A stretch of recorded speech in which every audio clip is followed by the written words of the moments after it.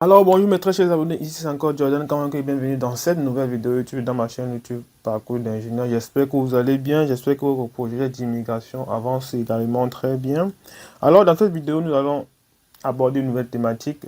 Il y a eu beaucoup de personnes parce que quand je fais souvent des vidéos, bon pas seulement moi, il y a d'autres créateurs de contenu YouTube. Quand ils font pour le Canada, quand ils font des vidéos, des fois on vous dit faut pas travailler plus de 20 heures par semaine. Et on vous dit toujours ne travaillez pas plus de 20 heures par semaine. Il y a toujours des gens qui viennent en commentaire dire si je travaille plus de 20 heures par semaine, qu'est-ce qui va se passer? Qui va savoir?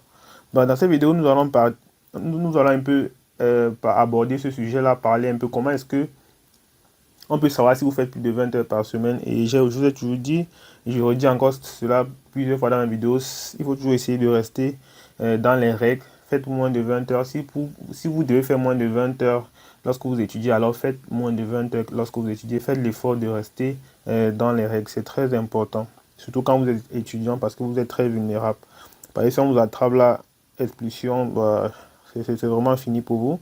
Alors, on va commencer aujourd'hui. On va aborder deux thématiques. Comment est-ce qu'on peut savoir que vous faites plus de 20 heures par semaine? Franchement, avant même de commencer, j'aimerais vous dire que parmi le G7, le G7, ce sont les pays les plus industrialisés du monde. Dans les pays les plus industrialisés du monde, le Canada fait partie du G7 mondial, c'est-à-dire les 7 pays les plus industrialisés du monde. Donc, c'est juste pour vous dire à quel niveau la technologie est quand même avancée ici. Ce n'est pas en Afrique quand même, ce n'est pas en Afrique, au Cameroun ou je sais pas, au Tchad, où vraiment la technologie n'est pas si avancée. On est au Canada, ce qui fait que la technologie est vraiment avancée. Donc, même ce que tu t'imagines pas qu'on peut faire, il faut savoir qu'on peut faire ici en fait. Donc, il y a la technologie au haut niveau ici. Donc, toi, peut-être, tu te dis comment est-ce qu'on va faire pour savoir. Il faut savoir qu'ici, il y a tout pour savoir. En fait, ils ont toutes les techniques pour savoir. Donc, on va aborder deux thématiques. Comment est-ce qu'on peut savoir que tu fais plus de 20 heures par semaine quand tu es étudiant? Bon, il faut savoir premièrement ici, première partie, tu as ton travail, tu es un étudiant, tu as ton travail, tu vas chercher un travail. Bon, premièrement, pour avoir un travail ici au Canada, il faut que tu aies un numéro d'assurance sociale. Et sur ce numéro d'assurance sociale, là, en fait, ça va qu'on met toutes les informations sur les différents travaux que tu as déjà eu à faire au Canada. Et maintenant, lorsque tu as ce travail-là, tu vas travailler peut-être là-bas pendant toute l'année, il n'y a pas de problème. Peut-être ton gestionnaire ne sait même pas que tu es un étudiant étranger, tu fais plus de 20 heures, tu fais 40 heures, tu travailles à temps complet. Maintenant, lorsque tu vas maintenant venir à la fin de l'année, il va falloir que tu déclares tes revenus.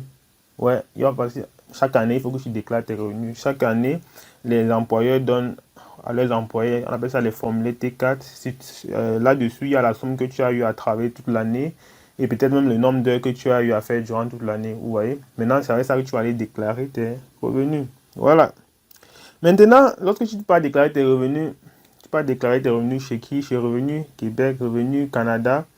Et maintenant, le problème, c'est que Revenu Canada sait qu'un étudiant doit faire au maximum 20 heures par semaine. C'est là où le problème se pose. Revenu Québec sait que un étudiant étranger doit faire maximum 20 heures par semaine.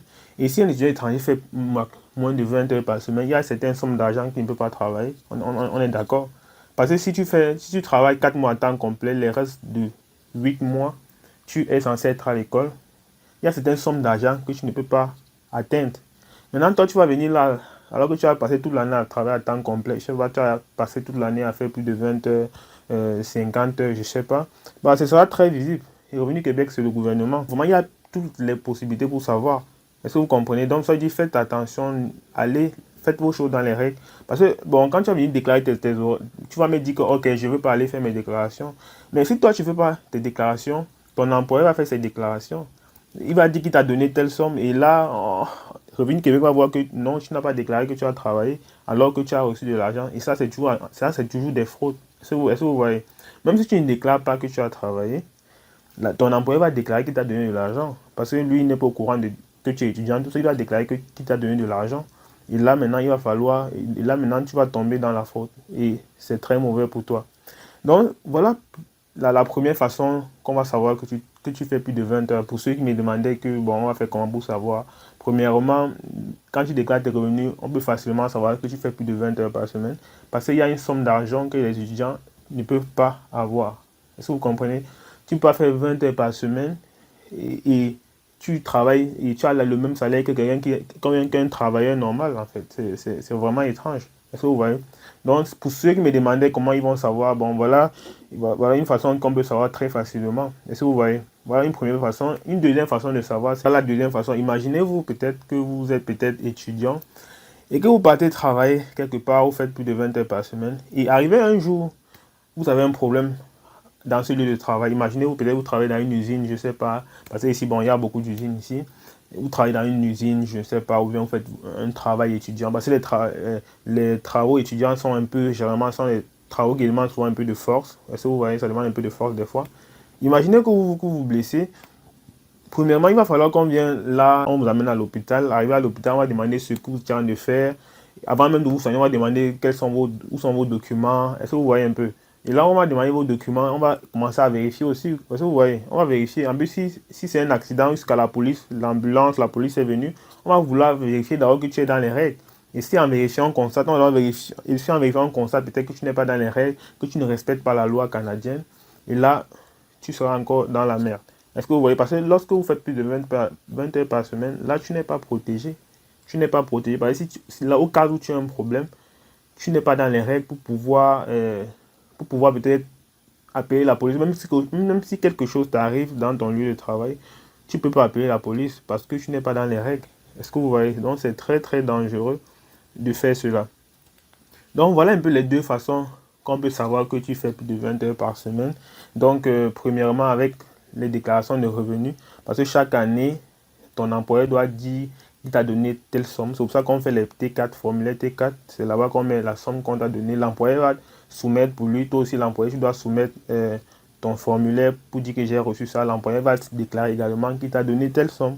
Même si toi, tu ne déclares pas, lui va dire qu'il t'a donné telle somme. Et là, on va voir ici qu'on t'a donné quelque chose et que toi, tu n'as pas déclaré. Et c'est mauvais pour toi. Est-ce que vous voyez? Donc, ça dit la meilleure façon. La meilleure des choses à faire lorsque vous arrivez au Canada, faites l'effort de respecter les choses, faites l'effort de respecter la loi. Donc, essayez. Il y a même des gens qui ne savent pas des fois. Est-ce que vous savez, il y a même des gens qui arrivent ici, il y a certaines choses qu'ils ne savent pas. Et ils font des choses, ils fraudent, mais ils ne savent pas parce qu'ils ne connaissent pas cette loi-là. Donc, quand vous arrivez dans un pays, que ce soit au Canada ou n'importe quel pays, avec ma petite expérience que j'ai, essayé d'abord de vous renseigner comment les choses se passent dans ce pays. Donc, n'arrivez pas peut-être au Canada, vous commencez à faire des choses sans vous renseigner. Essayez de vous renseigner auprès de ceux qui sont déjà là. Est-ce que vous voyez? Essayez de vous renseigner auprès de ceux qui sont déjà là. Si ce que je veux faire, c'est normal. Si je fais ça, est-ce que ça peut me déranger plus tard? Essayez d'abord de vous renseigner. Alors, et s'il n'y a pas de problème, alors vous foncez. Parce qu'il y a des fois, on fait des choses dans l'ignorance. Et si là, on t'attrape, la loi, c'est la loi, on applique la loi. Même si tu es dans l'ignorance, on va appliquer la loi, c'est comme ça. Donc, essayez de vous renseigner au maximum avant de faire quelque chose lorsque vous arrivez dans un pays étranger. Bon, je pense que c'était vraiment tout pour cette vidéo.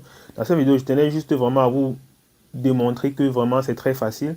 Et ces deux méthodes que j'ai citées là, c'est juste deux méthodes que tout le monde peut voir. C'est deux méthodes qui est facilement visible, que tout le monde peut voir.